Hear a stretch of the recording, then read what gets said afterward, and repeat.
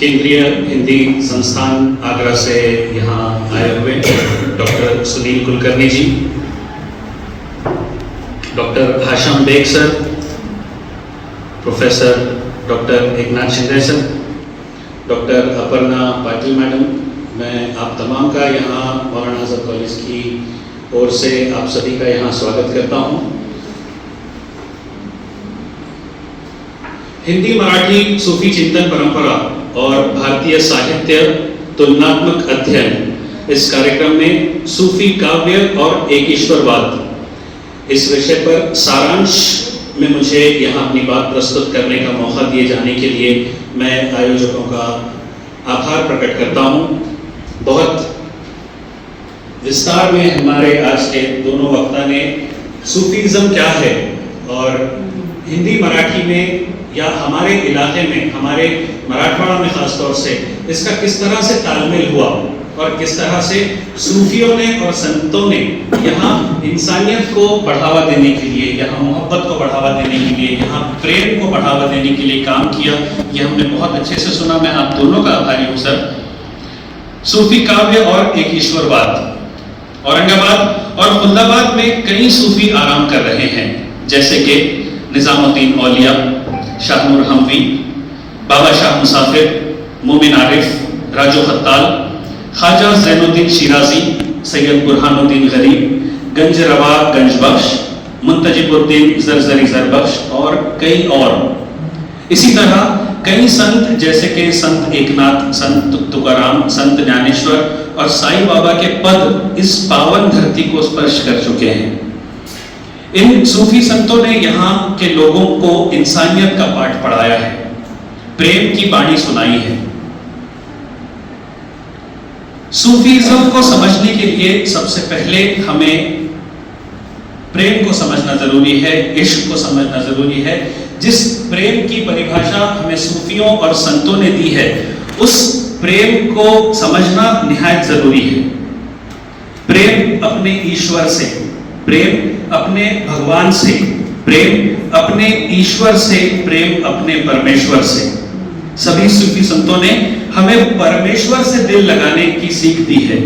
इश्क़े हकीकी और इश्क़े मजाजी, यानी कि अपने पैदा करने वाले से मोहब्बत करना और दुनियावी चीजों से मोहब्बत करना, इसमें अंतर हमें समझना जरूरी है।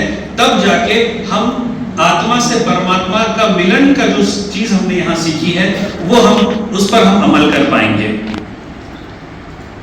सूफीवाद इस्लाम में रहस्यमय धार्मिक विचारों को संदर्भित करने के लिए इस्तेमाल किया जाने वाला शब्द है। 11वीं शताब्दी तक ये एक सुविकसित आंदोलन के रूप में विकसित हो चुका था। सूफी का संदर्भ आत्मा से परमात्मा से मिलन का है।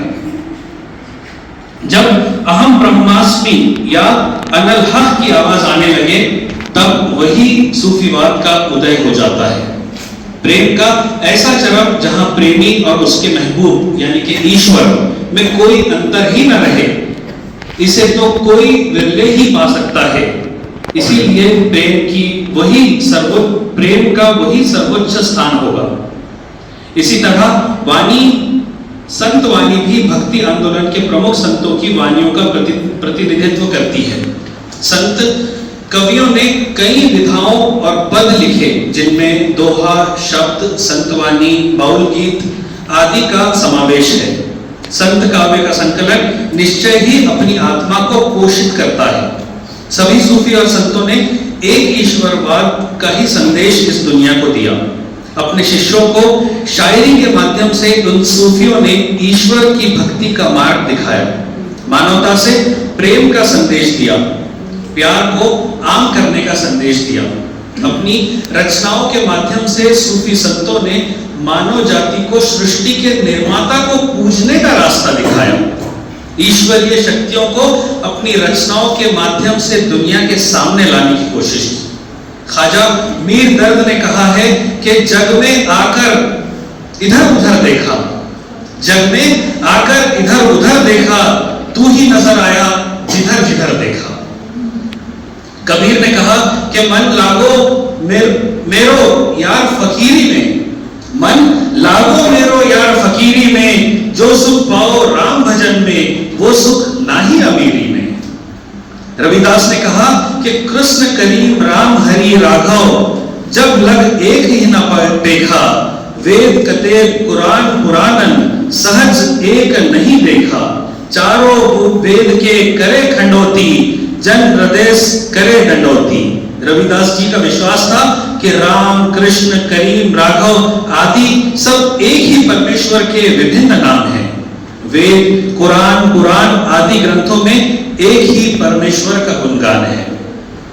अमीर खुसरो ने लिखा कि जिहाल मिस्की मकंत गाफुल, दुराए नैना बनाए बतिया, किताबे हिजरा नदार बैजा, न लेहू काहे लगाए छतिया। मुझ गरीब मिस्कीन की हालत से यूं बेखबर मत बनो। आंखें मिलाते हो, आंखें चुराते हो और बातें बनाते हो।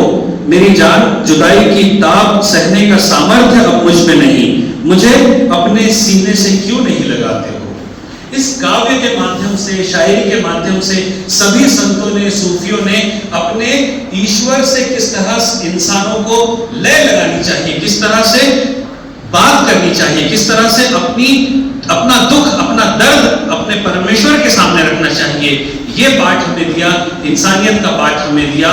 मुझे आयोजकों ने संक्षिप्त में यहाँ बात रखने का मौका दिया। मैं आप तमाम का बहुत आभारी हूँ। बहुत बहुत शुक्रिया, धन्यवाद। धन्यवाद सर।